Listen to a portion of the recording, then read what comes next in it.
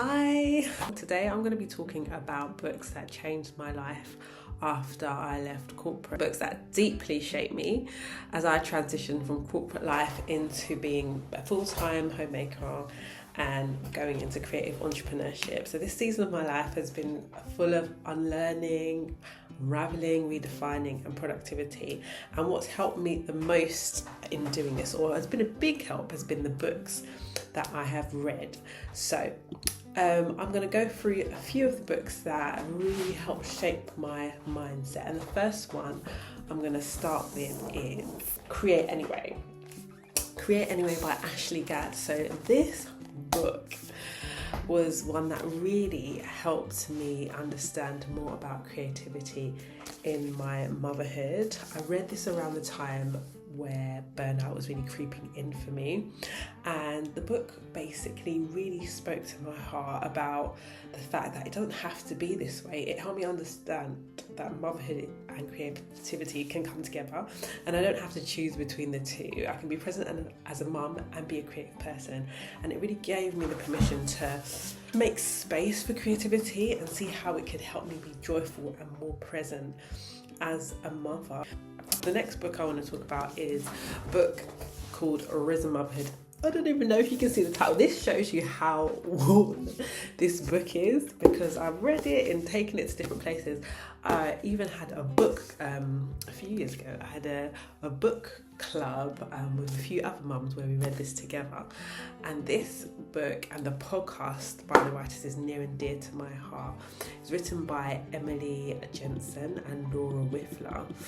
And it really helped me because it helped connect the gospel to just motherhood and the mundane everyday moments like changing nappies and looking after little people. You know, sometimes you think, what's that got to do with my faith? But it gave me the framework of how I could be faithful in the little years, and showed me just the value of committing to motherhood.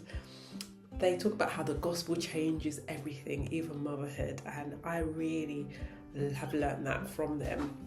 And the truth of it has helped me just put down the pressure of life and be faithful in this season. The third book I want to talk about is The Minimalist Home by Becker.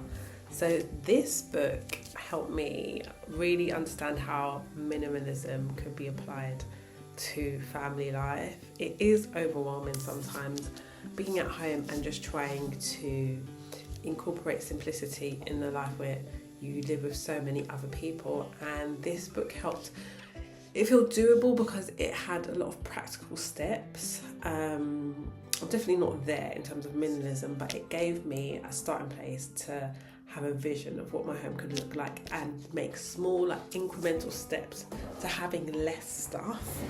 And one of the quotes is that the first step in crafting the life you want is to get rid of everything you don't. And that is what this book helped me do. It helped me have that mindset of what don't I want and how can I make room for what I do. And slowly but surely I'm letting go. And that leads me into the next book, which I don't actually have the physical copy, but I listened to this on Audible. Audible has been my friend as well in the last year, just listening on the go when I'm doing the shopping or just on a drive. I usually just have Audible on. One of the books I listened to that still sticks with me today is Essentialism by McKeown, and that really helped me because as an oldest child, I've got younger siblings, and I'm recovering from being a people pleaser. I spent years saying yes when I really meant no, and this book has helped me strip away expectations, not just from others but ones that I've put on myself. Doing less can actually mean doing better, being more focused in what you're doing when you don't have too much going on. If you don't prioritise your life, someone else will. That reminds me of the boundaries that I need, especially when I'm trying to have a slower season. I really do want to implement, and it has helped me implement that, where I really, after reading that book, I looked at the responsibilities that I had on my plate at the time and what I had said yes to, and I literally went back to different ones just to say, I'm so sorry, I can't do that anymore. And that's the hard part, when you've promised and you recognise that you've stretched yourself, because actually in doing so many other things and saying yes to other people, you're actually putting on the back seat the things that are most important for your life right now. And finally, this is not one book, this is probably like several books, but Cal Newport has been the guy who's really helped me through his books think differently about how I apply myself, and also the things that affect me in getting things done. And a lot of people talk about deep work. That was a good one, and I listened to that as well. It really helped me understand how to really go in on the work that I'm trying to do or say I want to do. Slow productivity and digital minimalism, because a lot of those concepts I have to kind of come back to in like my day-to-day life. And how have they helped me? I would say that his writing has given me agency and challenged every idea I had about productivity, especially what I thought I needed to be accomplished or to be valuable.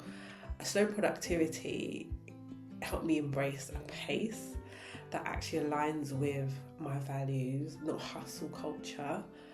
And digital minimalism, that really, I think, guided me, if I'm honest, about the things and the screens that take away my time and my focus. And that is still a struggle. I am still working on that digital minimalism piece. Clutter is costly, being selective is satisfying. And so that's kind of what I want to be, is selective about the things that influence me in my home, in terms of the physical items and minimalism in that area, but also in my mind.